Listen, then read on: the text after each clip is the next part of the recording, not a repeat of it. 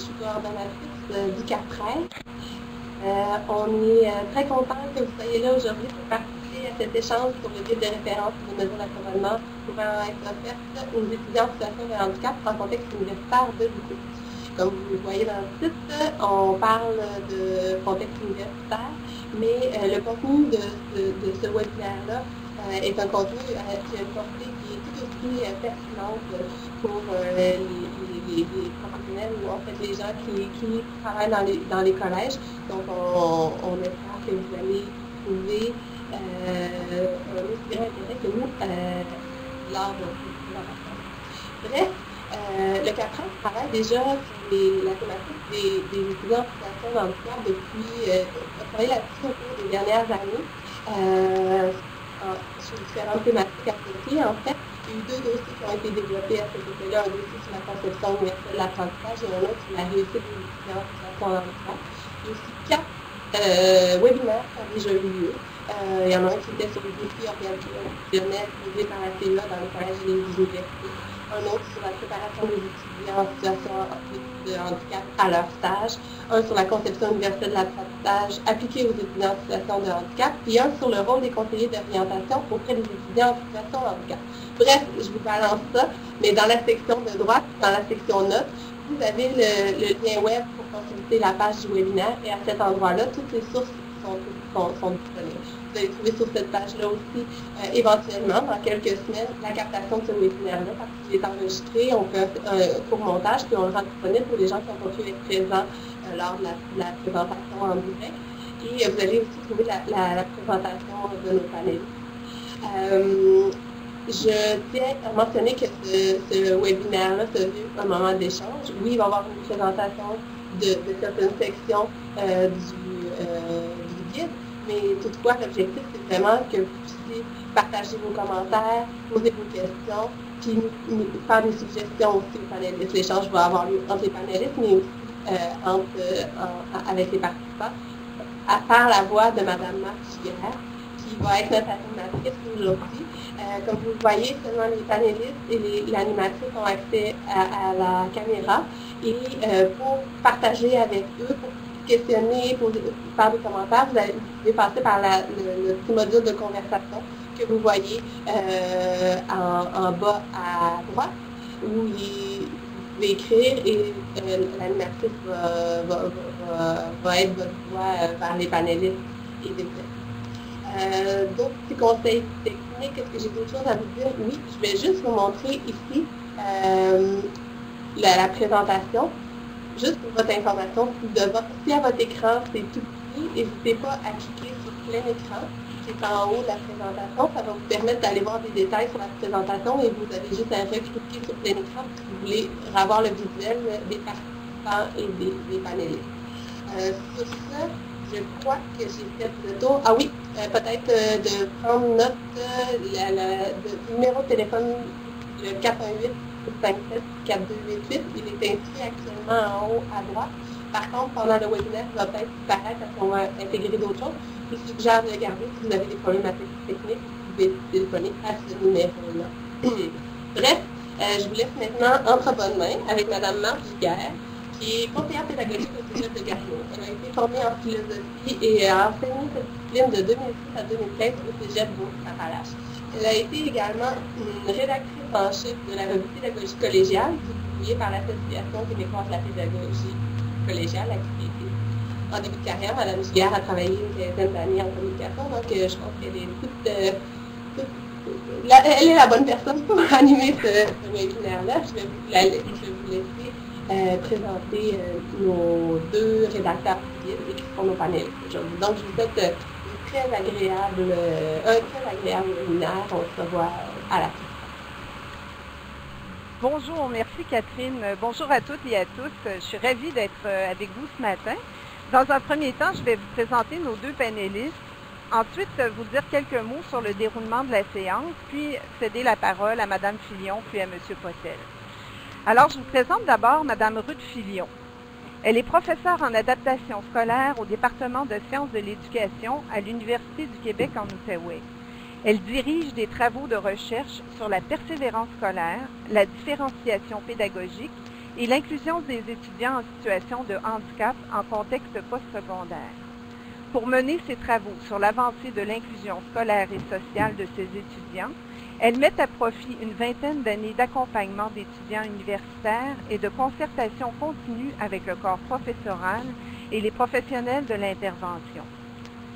Madame Fillon est membre de la chaire de recherche Inclusion et littératie Pavillon du Parc. Elle conduit aussi diverses recherches dans le scolaire et le postsecondaire auprès d'équipes enseignantes qui souhaitent développer leurs connaissances et leurs compétences relativement à l'accompagnement des élèves qui présentent des difficultés en littératie. Dans la conduite de ces recherches, sur le plan méthodologique, elle a développé une expertise dans l'utilisation des dispositifs SAS2 de la recherche-action collaborative en gestion du changement en éducation. Bonjour, Madame Fillon. Bonjour. Monsieur Potel, quant à lui, est titulaire d'une maîtrise en administration publique de l'École nationale d'administration publique et d'un baccalauréat en droit de l'Université de Montréal. Monsieur Potel est membre du Barreau du Québec. Il œuvre dans le milieu de l'enseignement supérieur et de la recherche depuis une vingtaine d'années. Il a acquis une solide expérience dans l'exercice du rôle conseil auprès des membres de la direction d'établissements universitaires et d'organismes subventionnaires. Il a également travaillé au sein de l'AUCC et de la CREPUC à l'analyse de politiques publiques portant sur l'enseignement supérieur, la recherche et l'innovation. Depuis le mois de septembre 2013, M. Potel est de retour au sein du réseau de l'Université du Québec comme cadre conseil auprès de la vice-présidence à l'enseignement et à la recherche. Bonjour, M. Potel. D'abord, avant de céder la parole à nos panélistes, quelques mots sur le déroulement. Lors de l'invitation, on invitait les gens à poser des questions à l'égard du guide. Les questions ne sont pas venues, donc les panélistes ont décidé de faire une présentation en 3 temps.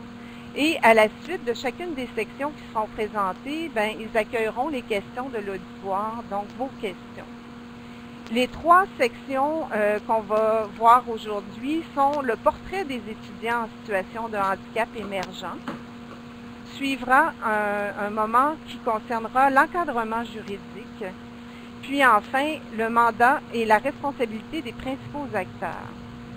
Madame Fillon, avant de débuter la séance, souhaite vous dire un mot, une précision à l'égard de la présentation. Alors, bon webinaire tout le monde.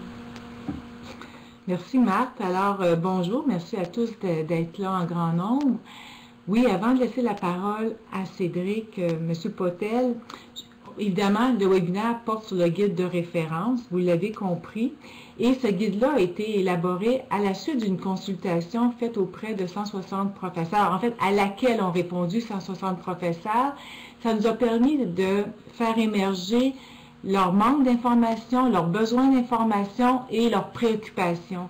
Ce qu'on vous présente aujourd'hui, pour certaines personnes, ça peut sembler redondant, peut-être plusieurs connaissent les contenus. L'idée, c'est surtout de faire émerger ce que les professeurs ont besoin de connaître, ont besoin de savoir. Donc, je vous invite à vous placer dans cette posture où ce que je présente, c'est vraiment ce qu'on vous présente, c'est en réponse aux besoins d'information et en lien avec les préoccupations du personnel enseignant. Puis c'est essentiellement ce qui est dans le guide aussi. Alors, je laisse la place à M. Potel. Merci Ruth. Alors, donc on va commencer avec la présentation. La première chose, c'est vous donner un rapide portrait de la situation des étudiants en situation de handicap émergent dans les universités québécoises. Plusieurs d'entre vous donc sont déjà familiers avec les différents types de handicap, mais au cas où ce ne serait pas le cas pour certains d'entre vous. Donc on retrouve environ 9 grands types de handicap et ils se découpent en 2 grandes catégories. Les handicaps qu'on dit traditionnels, qui sont des handicaps, par exemple, des personnes aveugles ou sourdes, qui sont des handicaps plus physiques qu'on peut constater assez facilement. Et les étudiants qui sont en situation de handicap émergent, qui sont maintenant clairement émergés dans notre système d'enseignement supérieur, mais qu'on continue à appeler comme ça, où on retrouve davantage des étudiants qui ont des troubles d'apprentissage, des troubles du déficit de l'attention avec ou sans hyperactivité, des troubles de santé mentale et des troubles du spectre de l'autisme. Ce qu'il y a à retenir surtout, c'est certaines grandes tendances ou certains grands constats. Il y en a 4 en fait. Le premier d'entre eux, c'est qu'il y a une tendance généralisée à la hausse, particulièrement chez les étudiants en situation de handicap émergent. Ce que je vous présente ici, ce sont des données donc uniquement pour les universités, mais la même situation prévaut certainement au niveau collégial. Ce sont des données aussi qui sont basées sur de l'autodéclaration, donc ce sont des étudiants qui ont demandé des services. Donc ça sous-estime la réalité, mais néanmoins, on peut constater qu'au cours des 10 dernières années, vous voyez la courbe ascendante, c'est celle des étudiants en situation de handicap émergent dont le nombre s'est multiplié par 10 au sein des universités. Donc on est passé d'environ 800 étudiants à 8000 qui se déclarent comme ayant un handicap émergent. Pendant ce temps, il y a eu une augmentation légère du côté des étudiants en situation de handicap traditionnel, mais on peut considérer sur la période de 10 ans que leur nombre est relativement stable dans le système universitaire en ce moment. Deuxième constat, c'est qu'à l'intérieur même des étudiants en situation de handicap émergent, il y a une augmentation dans toutes les catégories, mais certaines d'entre elles, l'augmentation est très très forte. Dans le cas, par exemple, des étudiants qui ont un trouble de l'apprentissage avec ou sans hyperactivité, dans leur cas, c'est une augmentation de multiplié par presque 50 au cours des 10 dernières années. Et il y a eu également des augmentations importantes, par exemple, dans ceux qui ont des troubles qu'on qualifie comme étant multiples. Alors là, c'est une augmentation par 30. Et donc, la tendance est généralisée, mais il y a des certaines sous-catégories où c'est encore plus fort. Autre constat également, c'est que la présence ou l'augmentation du nombre d'étudiants en situation de handicap, c'est quelque chose que l'on constate dans tous les établissements. Là, vous avez les données uniquement pour le réseau de l'Université du Québec, mais ce serait certainement la même chose dans les autres établissements universitaires. Et ce que vous pouvez voir, ce sont des augmentations importantes quand on prend le nombre d'étudiants qui déclaraient un handicap, et ça c'est toutes catégories confondues, émergents et traditionnels en 2009-10, et seulement quelques années plus tard, en 14-15, vous voyez là le taux de croissance dans la colonne qui est à droite. Au global, donc dans le réseau de l'Université du Québec, on parle d'une augmentation de plus de 300%. Dernier constat, enfin, c'est que malgré ce que je vous ai dit, donc malgré le fait qu'il y a une augmentation importante, le nombre global d'étudiants en situation de handicap demeure limité à l'intérieur de l'ensemble de la population étudiante universitaire, mais ce n'est pas marginal. En fait, on estime qu'il y a environ 5% des étudiants dans le système universitaire qui ont un handicap, qu'il soit traditionnel ou émergent. Et ce que vous avez ici, donc, ça concerne toutes les universités québécoises. Vous voyez que par rapport au nombre d'inscrits total, le nombre d'étudiants qui se sont déclarés avec un handicap nous permet de constater qu'il y a des pourcentages qui montent jusqu'à 5% par exemple à Bishop ou tout près de 5% à l'UQAR et que ça tourne autour de 2-3% en général là, dans les universités. Dans le tableau que vous avez là, donc, ce sont uniquement des données basées sur les déclarations. Donc, il y a une sous-estimation. Les chercheurs Nguyen et Fichten évaluent, eux, que de façon générale, il y aura environ 5% de la population étudiante qui présenterait un handicap. Quelques facteurs explicatifs, en fait, sur l'augmentation du nombre d'étudiants en situation de handicap émergent, plus spécifiquement. Massé et Rivard, en 2013, en ont identifié quelques-uns. Il y a le fait, évidemment, qu'on dépiste davantage en bas âge, donc primaire, secondaire. Ça découle de retombées scientifiques qui nous permettent de mieux identifier les cas et également d'améliorer les traitements que l'on peut donner. Et il y a eu également un raffinement des méthodes d'évaluation diagnostique. Tout ça a entraîné en parallèle une augmentation des services d'intervention et ça se fait dans un cadre où il y a une intervention du gouvernement pour reconnaître cette situation et pousser les organisations comme les cégeps et les universités à s'adapter afin de pouvoir offrir des services. Et il y a même du soutien financier additionnel qui a été octroyé au collège il y a quelques années déjà et aux universités tout récemment. On a modifié la formule de financement pour donner plus de flexibilité aux universités pour pouvoir faire face à ce phénomène. Ce qu'il faut retenir à cet égard, c'est que le comité interordre de Montréal, lui, identifiait que dans le fond, la tendance, elle n'a pas fléchi avec le temps et même il y a tout lieu de croire qu'elle va continuer à progresser. Vous vous rappellerez le premier graphique que je vous ai montré au tout début de ma présentation avec l'augmentation phénoménale du nombre d'étudiants en situation de handicap émergent. On voit clairement que la tendance est toujours à la hausse. on peut penser qu'à un moment donné, on va atteindre un certain niveau de stabilité, mais on ne peut pas le prévoir à l'heure actuelle. Il n'y a pas d'indication que la courbe va s'inverser à court terme. Est-ce que ce sera dans 2, 3, 5, 6 ans? À un moment donné, il y aura probablement une stabilisation, mais pour le moment, on n'en est pas là. On est vraiment dans une période d'augmentation importante. Merci, Cédric. Alors, je ne sais pas, vous avez peut-être vu apparaître sur votre écran un petit sondage qui a été mené pendant la présentation de cette section. On vous demandait, est-ce que le tableau dressé par M. Potel correspond à la réalité dans votre établissement d'enseignement? Alors, il y a 11 personnes qui ont répondu, maintenant 12, et on est à 100%. Donc, ça semble très bien refléter ce qui se passe dans les établissements des gens qui participent aujourd'hui. Si vous avez des questions à formuler sur la portion de la présentation qui vient d'être faite, vous avez un endroit sur l'écran pour le faire. Ça nous fera plaisir de répondre à vos questions. Il en sera de même pour les deux autres sections. Quand vous avez une question, écrivez-la et on la relaie à la fin de la présentation de cette section. Donc, comme il n'y a pas de questions, je vais inviter M. Potel à nous parler de l'encadrement juridique, s'il vous plaît. Merci. Bon, ça commence bien, donc jusqu'à date, je ne dis pas trop de foleries. On va continuer avec la partie sur l'encadrement juridique. Évidemment, toute cette question des personnes en situation de handicap et des demandes d'accommodement, ça découle d'un encadrement et d'obligations légales qui découlent des chartes. Et donc, je pense que c'est important de revoir les principaux éléments à cet égard. Certains d'entre vous seront certainement familiers avec ça. Par exemple, vous savez que la question, donc, la discrimination est interdite au Canada.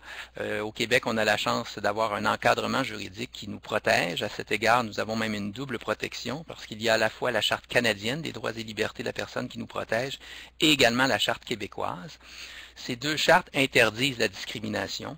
Elles ont, aux articles 15 et 10, ce sont des articles équivalents, mais qui ont une légère distinction au niveau des discriminations qui sont interdites. Si vous voyez, par exemple, au niveau de la Charte canadienne, on interdit toute discrimination fondée sur la race, l'origine nationale ou ethnique, la couleur, la religion, le sexe, l'âge, ou les déficiences mentales ou physiques, ce qui nous intéresse plus particulièrement. Dans le cas de la Charte québécoise, la protection est plus large. Comme citoyens du Québec, nous bénéficions d'une protection à l'égard de toute distinction qui serait fondée sur la race, la couleur, le sexe, mais également la grossesse, l'orientation sexuelle, l'état civil, l'âge, sauf si c'est prévu expressément par la loi, la religion, les convictions politiques, la langue, l'origine ethnique ou nationale, la condition sociale, le handicap ou l'utilisation d'un moyen pour pallier ce handicap, qui est l'élément qui nous concerne plus particulièrement. Il y a également une loi au Québec qui détermine ou qui définit, si vous voulez, ce qu'est une personne handicapée. Cette loi, c'est la loi assurant l'exercice des droits des personnes handicapées en vue de leur intégration scolaire, professionnelle et sociale. Et elle reprend une définition qui est une définition utilisée au niveau international. Donc, une personne handicapée au Québec, c'est une personne qui a une déficience.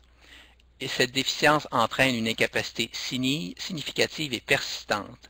Et elle a pour effet de faire en sorte que cette personne est sujette à rencontrer des obstacles dans l'accomplissement de ses activités courantes. Donc, quand on retrouve ces trois éléments, on rencontre à ce moment-là la définition de personne handicapée. En tant qu'organisme public, les cégeps et les universités, nous sommes tenus d'offrir des services à toutes les personnes en tenant compte des principes de la Charte, donc en ne faisant pas de discrimination, par exemple sur la base d'un handicap, parce que c'est interdit par les deux chartes. Ce qui nous amène au fameux accommodement raisonnable, qui s'applique donc non seulement aux personnes handicapées, mais comme vous le savez, à toute personne qui pourrait considérer être victime d'une discrimination, peu importe le facteur. Alors, dans le cas qui nous intéresse, nous plus particulièrement, ça fait en sorte que l'accommodement, on est tenu à un accommodement raisonnable afin d'assurer à l'étudiant qui est dans une situation de handicap la possibilité de démontrer l'atteinte des exigences et des objectifs relatifs au cours ou au stage sans qu'il soit désavantagé par sa situation. Donc, l'accommodement, c'est un moyen différent d'atteindre le même but sur le plan pédagogique. Cette obligation-là ne signifie pas donc qu'on doit diminuer, par exemple, les critères d'évaluation ou qu'on doit éliminer un examen. Ça signifie qu'on doit voir s'il est possible de prendre des moyens pour permettre à l'étudiant d'atteindre les mêmes buts académiques ou s'il est possible de prendre des moyens pour mesurer l'atteinte des objectifs académiques d'une façon différente. Donc, en toutes circonstances, ce sont les établissements qui demeurent responsables d'assurer l'atteinte des exigences essentielles de leur cours ou de leur stage. Et l'obligation qu'on a, c'est de voir s'il existe un moyen raisonnable de faire cela de façon différente. La seule limite, le seul cas où on pourrait refuser d'octroyer un accommodement raisonnable, c'est si cela créait une contrainte excessive pour l'établissement. Dans la notion de contrainte excessive, il faut savoir cependant que les tribunaux ont été très clairs, il faut l'interpréter de façon très restrictive. La Cour suprême, dans le fond, ce qu'elle nous dit, c'est à partir du moment où vous êtes obligé de mettre en place un accommodement, c'est clair que vous allez devoir faire quelque chose de différent de ce que vous auriez fait normalement. Donc, on s'attend à ce qu'il y ait une certaine contrainte. C'est normal, ça va de soi. La seule contrainte qui sera refusée, c'est celle qui est excessive, donc celle qui apparaît complètement déraisonnable par rapport à la situation de l'établissement pour des raisons, par exemple, pédagogiques, administratives ou financières. Cette notion-là, donc, elle doit s'interpréter au cas par cas, c'est-à-dire c'est vraiment en fonction d'un cas particulier, d'une demande particulière d'accommodement, que l'établissement pourrait éventuellement arriver à la conclusion que l'accommodement serait déraisonnable et le refuser. Évidemment, ça pourrait toujours donner lieu à une poursuite, en fait, à une contestation de la part de l'étudiant. Il y a donc, je dirais, trois grands principes à retenir. Le premier principe, c'est que la mesure d'accommodement, ça vise à favoriser l'équité, à amoindrir le désavantage causé par le handicap. Mais ça ne constitue jamais un passe-droit, un avantage ou un privilège. Ça ne remet pas en question non plus les éléments pédagogiques ou les objectifs pédagogiques qui sont poursuivis par l'activité ou par le stage. Donc, autour de ces trois principes, c'est de cette façon-là qu'on peut, dans la pratique, dans le fond, traduire les demandes d'accommodement raisonnable et voir s'il est possible de trouver une façon adéquate de répondre à la situation particulière d'un étudiant, tout en maintenant nos exigences académiques et tout en atteignant les objectifs pédagogiques du cours. Voilà. Merci beaucoup, M. Potel. Bon, alors, cette fois, le sondage est plus nuancé. Peut-être que c'est dû au fait qu'on l'a comme rafraîchi en ajoutant une possibilité de réponse. La question qui vous était posée était, dans le cégep ou l'université au sein duquel vous travaillez, le personnel enseignant connaît-il bien les obligations juridiques qui incombent à leur établissement d'enseignement? Alors, on a 21,43% des personnes qui nous disent qu'elles ne savent pas, puis 80% des répondants qui disent en partie. Là, notre échantillon est quand même mince, on a seulement une quinzaine de personnes qui ont répondu. On a quand même quelques questions de l'auditoire. On nous demande notamment, il pourrait être tentant pour un établissement d'enseignement supérieur de veiller avant tout à se prémunir contre les poursuites judiciaires. Qu'est-ce que vous conseillez pour éviter ce piège-là? Telle qu'elle est formulée, la question, je ne suis pas certain si je vais pouvoir y répondre. Ce que je peux vous dire, c'est, dans le fond, c'est qu'il n'y a pas de façon de remède miracle pour se protéger contre un recours juridique à cet égard. La seule façon de se protéger, c'est de faire notre travail, c'est-à-dire, face à une demande d'accommodement, l'analyser au cas par cas, ne pas chercher à appliquer une règle générale, mais il faut vraiment faire une analyse spécifique de la demande, du contexte, et, si c'est possible, trouver un accommodement raisonnable, effectivement, qui permette d'atteindre les objectifs pédagogiques et en même temps de tenir compte de la situation particulière du demandeur. Si ce n'est pas le cas et si on croit qu'on est dans un contexte de demande de contrainte excessive et qu'il n'y a aucune possibilité d'accommoder, à ce moment-là, la meilleure défense qu'on aura, ce sera de démontrer qu'on a suivi le processus, qu'on a procédé à l'analyse, qu'on a véritablement cherché s'il était possible de trouver un accommodement et d'expliquer pour quelles raisons on est arrivé à la conclusion qu'il n'y avait aucun accommodement possible dans le contexte particulier. Donc, à ce moment-là, le processus qu'on aura suivi sera particulièrement important et le soin qu'on aura porté aussi à conserver des éléments de preuve du processus qu'on a suivi et de l'analyse qu'on a faite, ça, ce sera particulièrement important également. Moi, est-ce que je peux ajouter quelque chose? Que les universités soient dans une préoccupation de se prémunir contre, donc de mettre des services parce qu'ils ont peur de la loi. Moi, je me dis, bien, tant mieux si la loi est au service des étudiants et que ça fait en sorte qu'on bouge, puis que progressivement, il y a des acteurs qui se mobilisent dans une logique d'inclusion et d'accompagnement de l'inclusion de ces étudiants-là, puis qu'on la loi devienne à l'arrière-plan, mais je pense que la loi aura au moins servi à faire en sorte qu'il y a des services qui ont atterri dans les universités, et c'est tant mieux. C'était la porte d'entrée, semble-t-il, pour y arriver. On a une autre question qui concerne cette fois la formation qui est offerte aux nouveaux étudiants en enseignement. On se demande, est-ce qu'il y aura des cours en adaptation scolaire qui seront ajoutés afin de répondre aux besoins des étudiants en situation de handicap, autrement dit pour que les professeurs, les nouveaux professeurs soient bien équipés pour répondre à ces besoins? En fait, c'est parce que là, évidemment, on est à l'université, on est au post-secondaire, puis au post-secondaire, les professeurs ne sont pas formés en pédagogie, encore moins en inclusion, en adaptation différenciée. Donc, la réponse, c'est dans les bacs en adaptation scolaire, les étudiants sont sensibilisés, et surtout au niveau primaire et au niveau secondaire.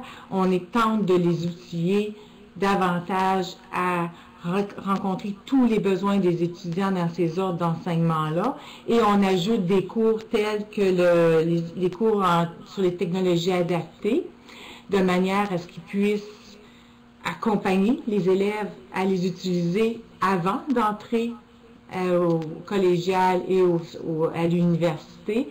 Mais on s'entend que les professeurs qui enseignent viennent pas dans nos cours en adaptation scolaire ou en enseignement.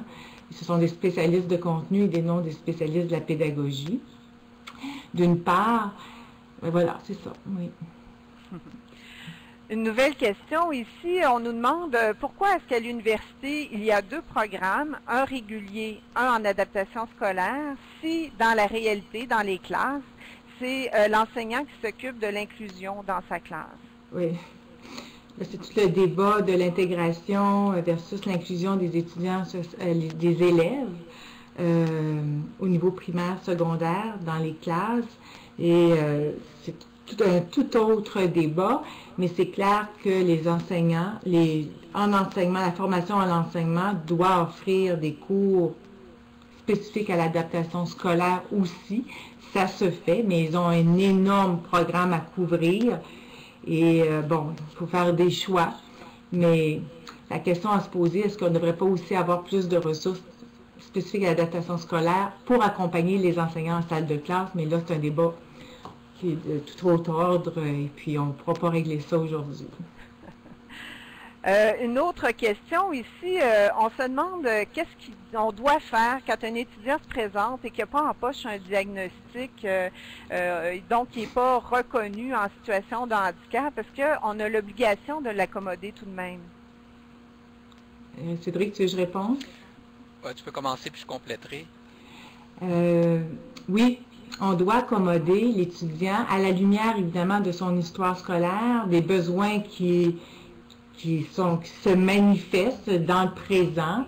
Donc, c'est le rôle du conseiller dans les services pour les étudiants en situation de handicap de faire cette évaluation-là, ce dépistage, et d'orienter l'étudiant vers, orienter l'étudiant qui aille se chercher un diagnostic, que ce soit sur le plan médical, neuropsychologique, selon la difficulté. Mais en attendant, on doit, à la lumière des besoins d'étudiants, mettre en place des mesures d'accommodement qui correspondent à ces besoins immédiats, lesquels accommodements seront révisés une fois le diagnostic, le rapport médical ou le diagnostic obtenu. J'ajouterais là-dessus effectivement que, dans le fond, vous avez vu la définition d'une personne handicapée que je vous ai montré un peu plus tôt là, dans la loi. On ne fait pas référence à un diagnostic, donc il n'y a pas une obligation d'avoir un diagnostic pour prétendre qu'on a un handicap et demander des services. Cependant, le diagnostic, c'est un outil qui est nécessaire pour pouvoir accommoder la personne, pour pouvoir tenir compte de ses besoins particuliers. Et l'étudiant a une obligation, lui, de collaborer dans la mise en place d'accommodements raisonnables. Et aller chercher un diagnostic, c'est une première façon justement de collaborer à mettre en place des services qui vont être adaptés à ses besoins particuliers.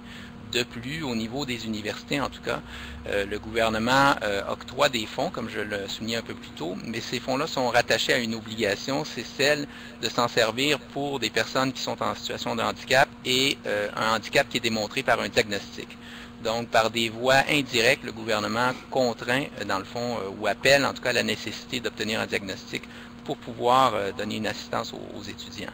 Alors, la meilleure chose, comme le disait Ruth, c'est vraiment d'orienter l'étudiant pour qu'il aille chercher le diagnostic dont on va avoir besoin de toute manière pour pouvoir adapter les services de façon spécifique à ses besoins à lui.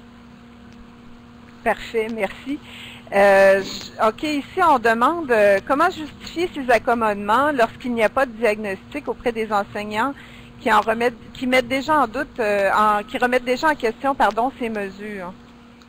C'est vraiment le rôle du conseiller d'utiliser ses connaissances et ils sont formés, les conseillers, dans les universités. On a de plus en plus d'orthopédagogues, on a des conseillers en orientation, il y a des gens qui savent faire du dépistage, ils savent orienter les étudiants vers les bons services et vers les ressources. Et moi, ce que je dis, c'est, on est tenu, Cédric vient de le dire, à partir du moment où on a de l'information, d'accompagner, d'accommoder ces étudiants-là, et puis de réviser les mesures d'accommodement lorsque le rapport va préciser les besoins. Puis, en fait, là, je pense qu'on rentre quasiment dans l'autre section où on est dans qu'est-ce qu'on doit faire, qu'est-ce qu'on doit dire aux professeurs, comment les accompagner dans cette réflexion en lien avec les mesures d'accommodement. Alors, juste avant, je compléterai là-dessus, Ruth, je vous rappellerai aussi que dans le fond, ce qu'on doit faire, c'est mettre en place des mesures qui permettent d'atteindre autrement les mêmes objectifs pédagogiques et de mesurer autrement l'atteinte de ces objectifs. Donc, je pense que sous la question qui est présentée, il y a cette espèce de mythe que si un étudiant demande un accommodement, ça va lui donner un privilège ou un avantage. Or, c'est ça qu'il faut recadrer parfois avec les enseignants, leur dire peut-être qu'il ne fera pas l'examen de telle façon ou qu'il ne le fera pas dans la salle avec les autres, mais que ce sera dans une autre salle, mais vous devez faire en sorte de mesurer l'atteinte des objectifs au même niveau d'exigence que pour les autres étudiants. Et à ce moment-là, l'accommodement ne constitue pas un avantage. C'est simplement une façon différente d'atteindre les mêmes objectifs académiques.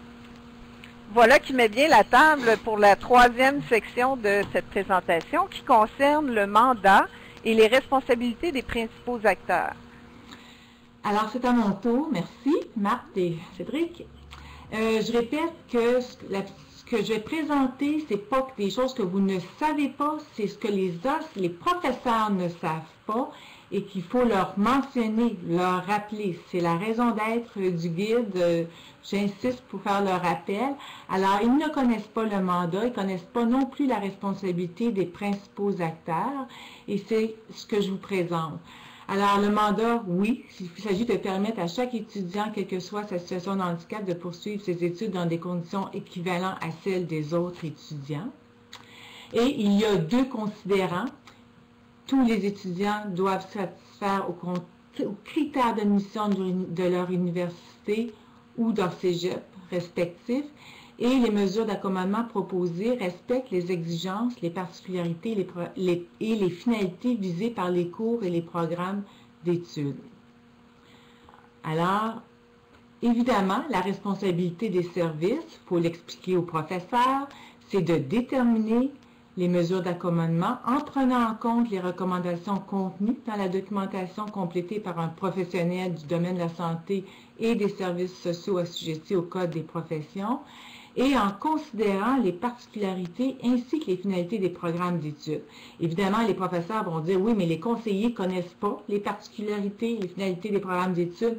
Tout à fait, c'est normal, même au sein des départements et des facultés, tout le monde ne s'entend pas exactement. Alors, oui, c'est la raison pour laquelle, finalement, une des responsabilités des conseillers, des conseillers dans les services, c'est de collaborer avec l'étudiant et le personnel enseignant à identifier des solutions de remplacement aux mesures d'accommodement proposées lorsque celles-ci mettent à risque l'atteinte des exigences des cours. Donc, vraiment, si ça ne convient pas, de travailler à examiner quelles sont les alternatives proposées. Et donc, évidemment, tout le monde a des responsabilités, les étudiants aussi.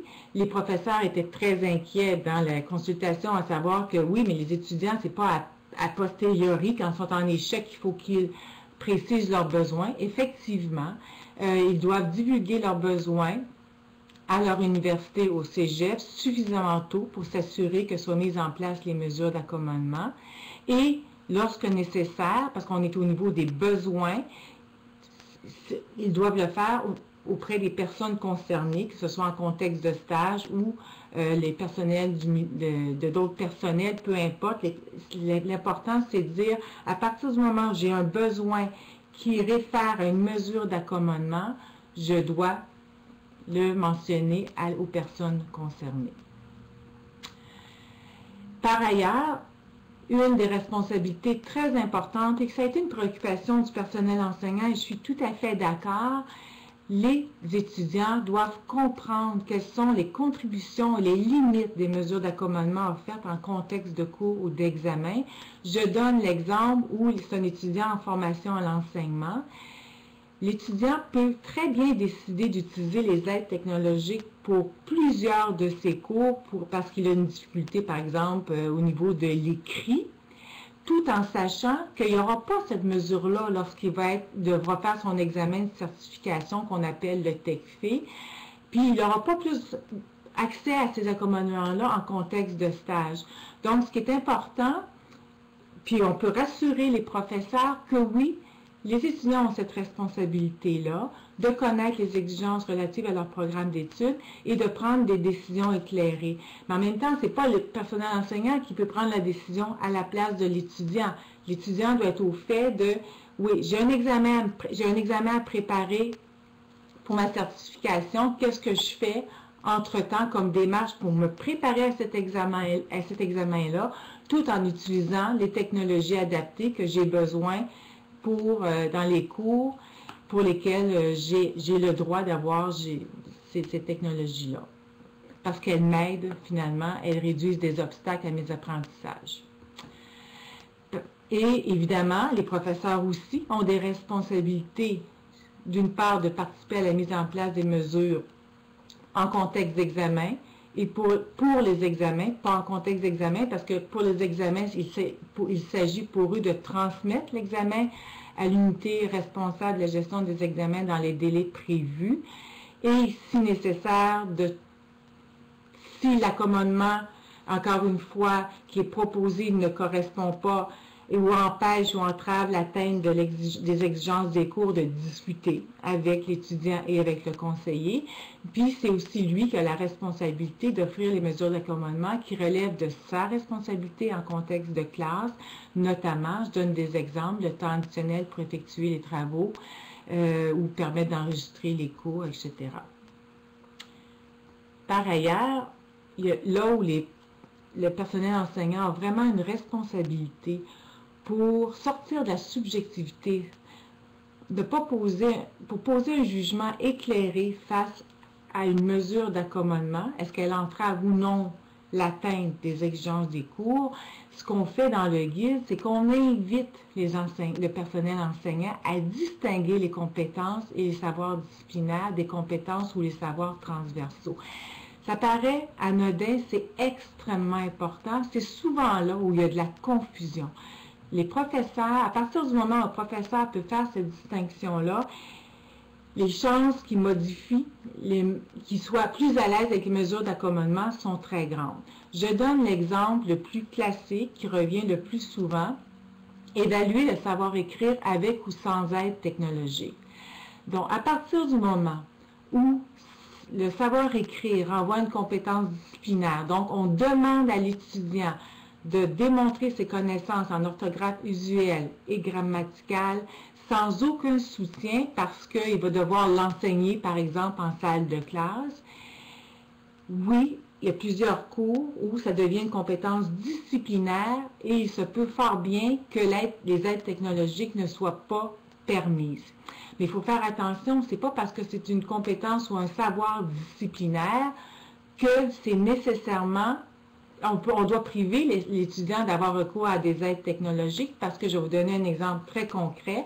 En traduction, il est clair que la majorité, maintenant, ils travaillent avec des outils technologiques, des logiciels spécialisés. Donc, en traduction, possiblement que pour la majorité des cours, les étudiants qui ont des difficultés même au niveau de l'écrit pourraient avoir ce soutien-là sans que ça pose problème. Et aussi, il faut savoir qu'à partir du moment où c'est une compétence transversale, le savoir écrire, comme nous, tout le monde, on le fait au quotidien, on va utiliser on utilise Word, on utilise le logiciel correcteur intégré à Word, et c'est pour écrire sans faute nos lettres, nos rapports, nos courriels, etc. Donc, ça devient une extension de nous-mêmes. C'est un outil qu'on a besoin pour écrire, le savoir écrire étant un savoir transversal, comme ce l'est dans plusieurs contextes de programmes en histoire, en géographie, en physique. La majorité des cours, le savoir écrire, c'est une compétence transversale. Ça n'enlève pas de la valeur à la nécessité de savoir bien écrire. J'insiste parce que quelqu'un m'avait fait cette réflexion-là. Non, c'est au contraire de dire, on insiste que vous sachiez bien écrire, d'autant plus que vous avez des outils qui vous permettent de bien le faire. Alors, en termes d'évaluation, ce qu'on propose aux professeurs, c'est ce qu'on écrit dans le guide, c'est de se poser ce genre de questions. Qu'évalue-t-on exactement? Quel savoir ou compétences disciplinaires? Est-ce que la nature de la tâche d'évaluation permet d'évaluer ces savoirs ou ces compétences? Et surtout, est-ce que la nature de la tâche commande une seule façon de l'exécuter? Est-ce qu'il n'y a pas une autre façon qu'on pourrait penser? Puis si le professeur dit non, c'est une seule façon, mais il faut qu'il soit capable de justifier pourquoi.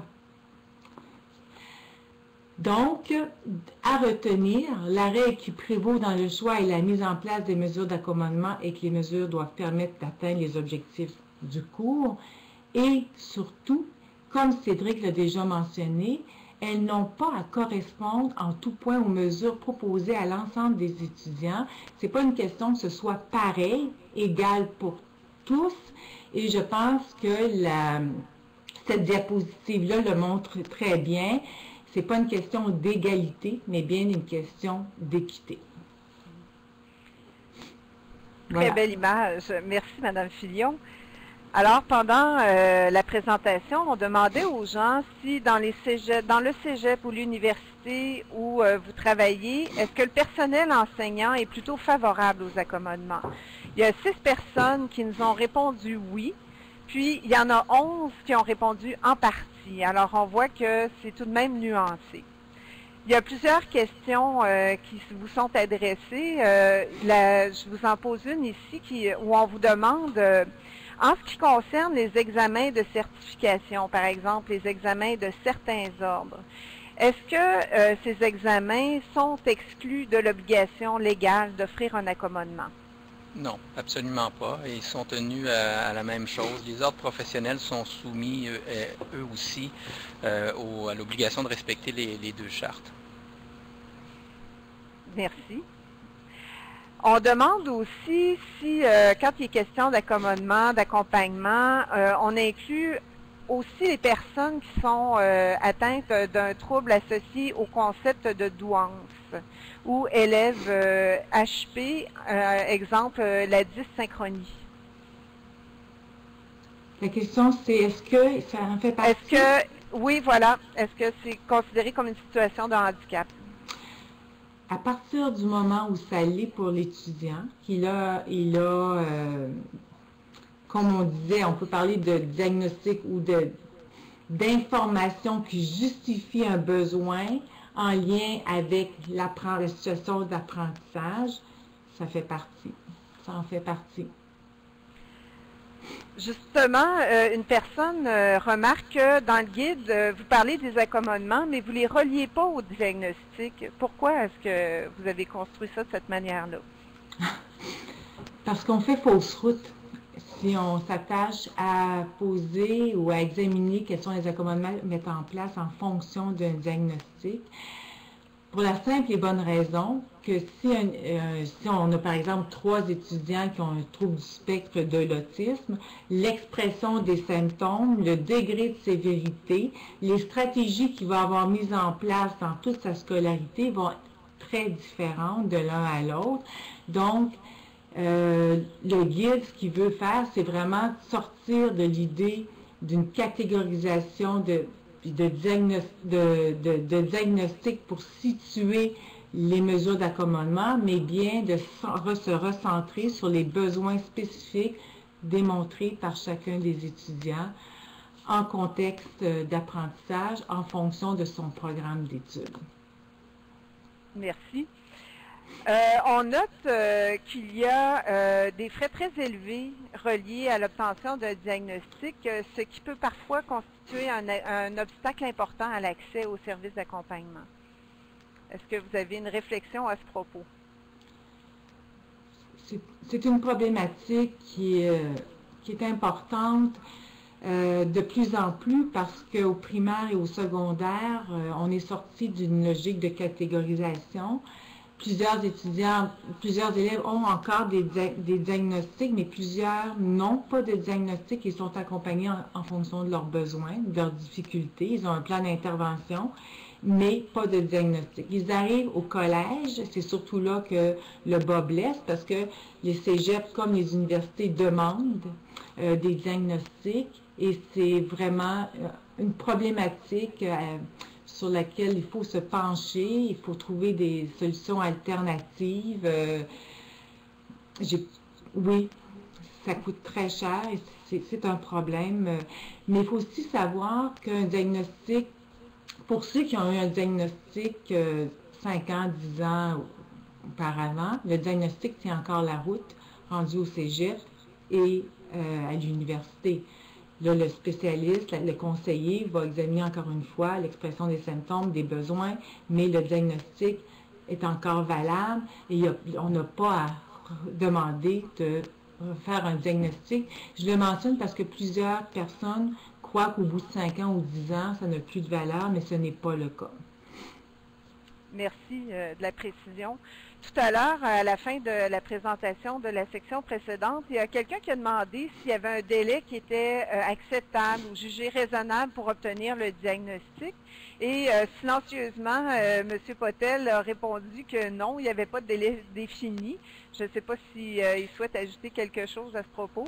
Ben, en fait, c'est un bon exemple où dans toutes ces questions, on est dans le gris souvent et non dans le blanc ou le noir. Alors là, c'est un exemple où il n'y a pas j'ai pas de délai à vous donner. Je ne peux pas vous dire 6 mois, 1 an, ou il n'y a pas de délai défini. J'aimais bien la question qui était formulée, justement, un délai jugé raisonnable. C'est exactement ça. Il va falloir déterminer au cas par cas qu'est-ce qui serait raisonnable. En fait, je pense que dans le contexte, en tout cas universitaire et probablement collégial, où on demande un diagnostic, c'est que tant que l'étudiant ne le fournit pas, ça va limiter la capacité de l'institution de l'aider correctement.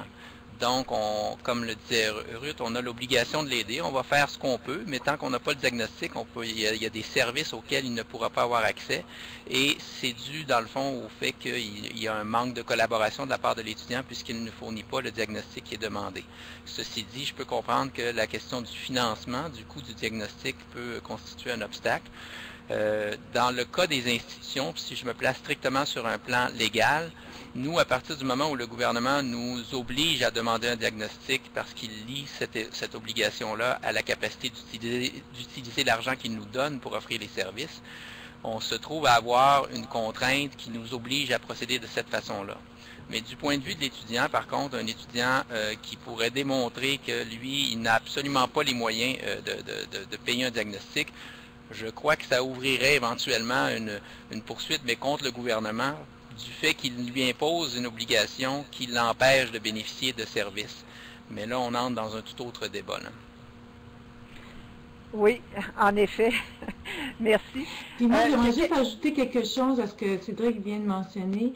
Ce qu'on faisait, j'ai travaillé 20 ans dans un service, on demandait à l'étudiant d'entrer dans une démarche puis, des fois, aller en neuropsychologie ou avoir un rendez-vous avec le médecin, ça prend 3 mois, 4 mois, mais le rendez-vous était déjà pris.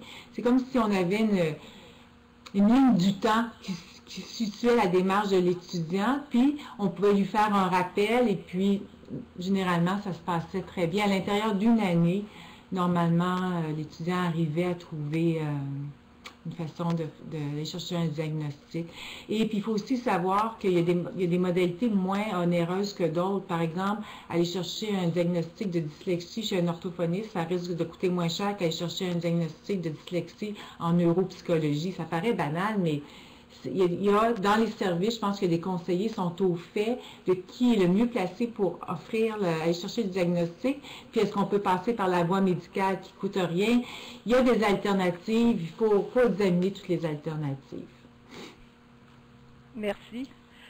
En ce qui concerne les professeurs, on nous demande ici si la gestion des accommodements, ça constitue nécessairement un alourdissement de la tâche des professeurs. Quelle est votre expérience à cet égard? Non, pas nécessairement, mais ça dépend encore quel type de mesure est demandé, parce que c'est des mesures qui sont demandées en salle de classe ou pas. Si on pense que, par exemple, si on voit dans le guide, dans les tableaux, on voit bien que 76% des étudiants ont besoin d'un local distinct puis de faire leur examen dans un local au service des examens. Fait qu'un grand nombre d'étudiants, tout ce que l'enseignant a à faire, le professeur, c'est de transmettre l'examen au service et puis son travail s'arrête à peu près là, à partir du moment où il est évidemment d'accord avec les mesures d'accommodement proposées puis qu'il n'y a pas de discussion à y avoir avec le service. C'est certain que si un professeur doit gérer une situation en session d'équipe, un travail d'équipe, puis un étudiant qui demande un accompagnement particulier et le professeur doit examiner avec l'étudiant quelle va être sa contribution au sein de l'équipe, puis qu'il y a des tensions parce que la contribution est moindre ou différente, ou si le professeur a à réécrire un examen parce qu'il y a un examen qui a été différé, c'est certain que ça amène davantage de travail. Mais bon, j'ajouterais là-dessus que ça fait partie, dans le fond, de leur travail, dans la mesure où les établissements sont tenus d'offrir des accommodements et les professeurs sont des employés des établissements, donc l'obligation des établissements se transmet à eux et ils ont eux aussi l'obligation de collaborer. Donc, merci. Dans ce que vous disiez, Ruth, on voit qu'il y a quand même une certaine ouverture. Il peut y avoir une discussion à propos de l'accommodement entre le professeur et les services adaptés.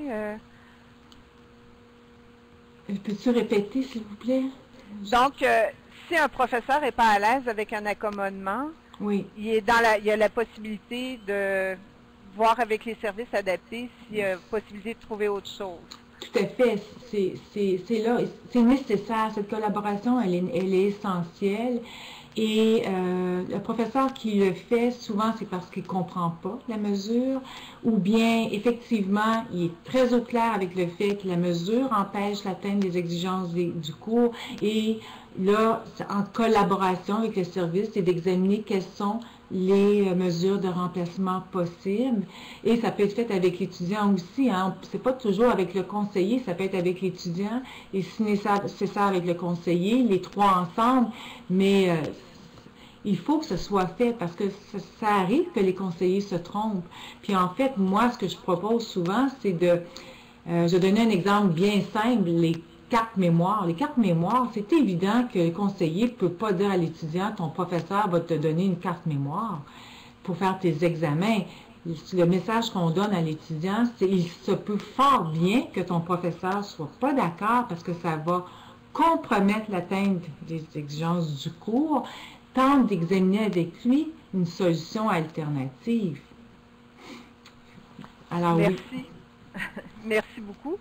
Peut-être avez-vous un mot de la fin à adresser à l'auditoire de ce webinaire? Monsieur Potel?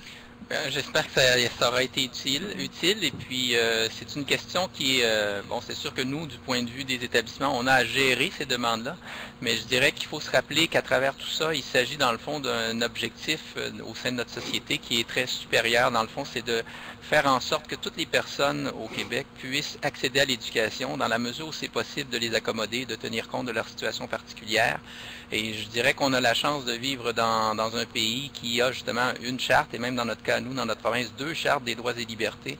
Et quand je regarde ce qui se passe un peu partout à travers le monde, je veux dire, c'est vraiment un privilège. Alors, nous, à travers le travail que l'on fait dans les universités et les cégeps, et vous en particulier, les gens qui ont participé au webinaire aujourd'hui, vous avez à mettre en œuvre ce principe d'égalité, de liberté et de justice.